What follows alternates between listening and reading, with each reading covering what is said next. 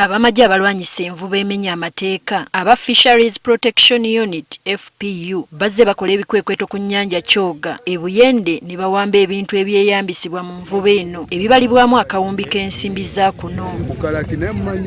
Bino byawambibwa ku myalo egy'enjawulo okuli Bukungu, Kapyokolo, Kasaato, Kiwantama, Kibale ne Kyankole. Oluvannyuma lw'okusisinkana abatuuze ku ditaachi ya Kapyokolo bino byokeddwa.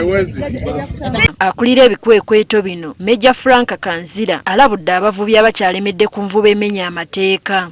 Bava mu nvuba embi bagule ebitimba ebiri ku mutindo batagara kuva mu nvuba embi ffe nga FPU tujja kusigala mu bikwekweto byaffe ebyokulwanyisa envuba mbi tukwate ebitimba byaffe byabwe then bajja kubanga baruzinga sente. Babatuuze banenyezza ab'amagye bano ate okusengula abantu mu maka gaabwe mwe bali bawangaalira ku kyalo Kapyokolo ne bateekawo ditaachi y'amagye awatali yadde okubaliyirira. Abantu bano bali 37 bonka. Abantu bano bali 37 oyinza okubona oti watu naye yali nkambi.